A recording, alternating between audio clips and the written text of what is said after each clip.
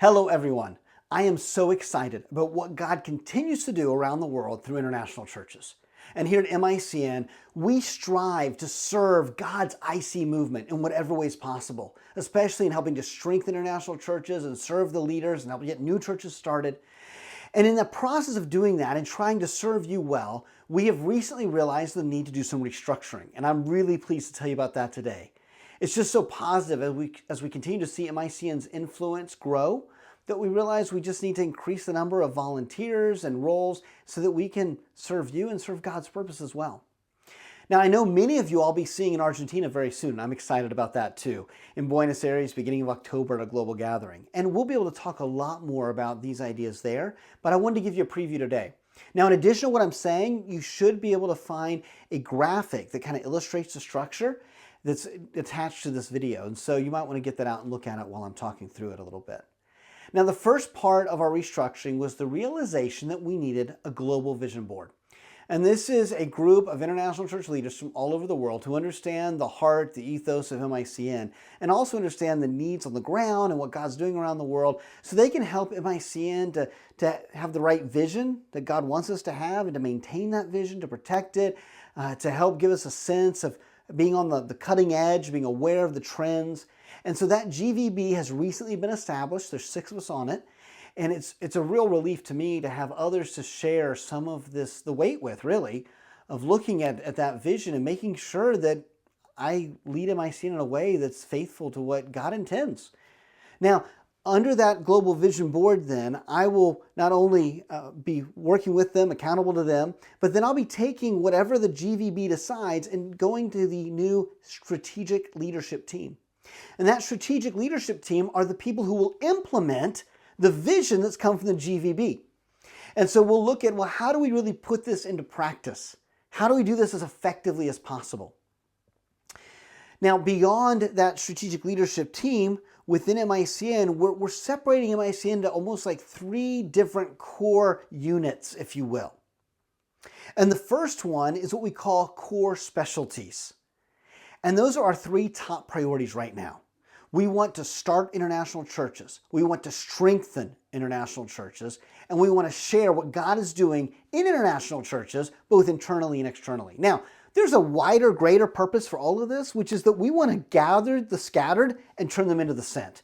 We want to help to fulfill the Great Commission by reaching those in the hardest to reach places, the least reached people groups, through the variety of people that God brings to the international church, as well as the many places God puts international churches. We just see such a great opportunity today, more than any other time in history, for international churches to really engage in fulfilling that Great Commission and again into some of the hardest to reach places.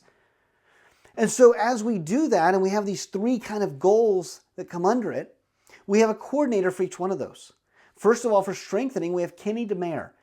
And he's new in the role, but he's been on the strengthening team for a while. I'm really excited that he's taking the reins and to see how God will use him in building up new teams, whether it's resource development and whether it's finding support for churches through interims. We have, of course, the job website and postings we do. There's so many different ways that we help strengthen churches, and I know that's only going to grow under Kenny's leadership. Now, again, it's not just Kenny. It's not just about Kenny. There's all these people that are working together, and maybe that's an area God wants you to serve in, to be a part of the strengthening teams, one of the many teams under Kenny's leadership. But Kenny will represent that whole idea, and he'll lead it, and he'll then represent that on the strategic leadership team.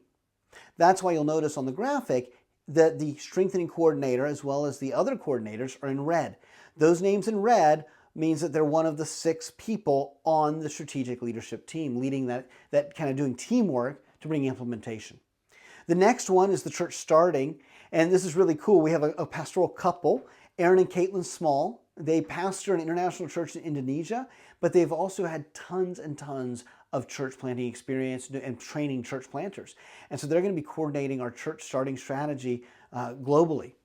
And they'll also serve then on the SLT. And then thirdly, the sharing part, that is Trevor Naidu. He's a pastor in Phuket, Thailand.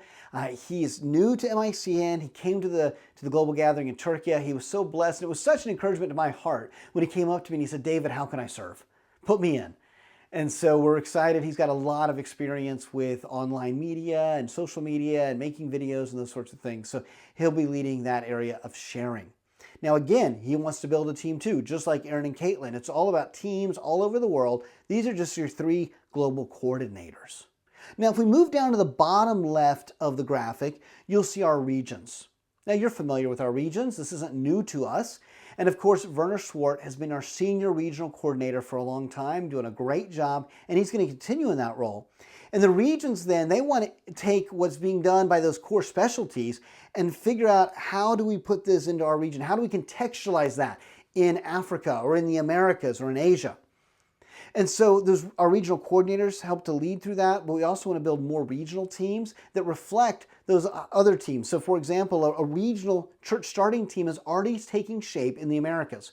We have a trip planned for later in October where we're going to go to Asunción, Paraguay, and do some research on whether or not it's feasible to start a church there. We want to see more international churches catalyzed. We want to be a part of that. And so while Aaron and Caitlin will be coordinating globally, that they want to have teams in the different regions that are carrying this out. Same thing with sharing and same thing with strengthening. And so those regions, that's where the rubber hits the road. Werner then coordinating the regional coordinators will also serve on the strategic leadership team. Now in the bottom right of the graphic, you'll see the shared services. And the idea of this is quite simple. No matter which core specialty, no matter what region of the world, there are certain things that we all share in, like the website, emails, event planning. And so the people on those teams will continue to serve globally as needed. So Dina serves as our event organizer. She'll continue to do that, whether it's an event in Asia or an event in the Americas. And the global gathering, she continues to coordinate. We have our admin, Jackie. We also have an admin in Canada, Yolanda. We also have an admin now, you'll meet soon, in Buenos Aires. So again, this is growing, but those shared services then help to maintain whatever is needed, whether it's a core specialty or a regional need, or a combination of the two. And I'm really, really encouraged to tell you that Ken Dreger has agreed to step up as our first Chief Operating Officer. So he was the executive director before me. He's been a big support to me over the years, and I've asked him to come and take on that role so that he can help to coordinate that side of the staff, helping things to run, which will help me to keep my head above water and stay focused on the larger vision, on coordinating with partners, on doing some fundraising, on being able to connect with you all who are leading international churches, which is always a great joy of my heart when I get to visit you, whether it's in person or online. And know that I've got Ken behind me, continuing to make sure things are running in the background, whether I'm on the road or focused on a new objective or working with a new partner, so that nothing slows down. As we pursue new things, we maintain the old things. And so I really think this is going to be a really healthy way for MICN to continue to function well and continue to grow all at the same time. So we appreciate your prayers as we all kind of learn our new roles and the new structure, as well as for new people to join the teams, as well as for us to continue to grow, not for our own sakes, but so the world can be reached with the gospel of Jesus Christ through international churches and through those scattered people that we gather together into community, that we build into, that we make disciples of, so they can impact their nations and their people and their neighbors. So thank you again for your prayers. Thank you for your financial support that makes all this possible. We've had a great 20 years as MICN, and I think the next 20 are going to be just incredible. So thank you so much, and God bless.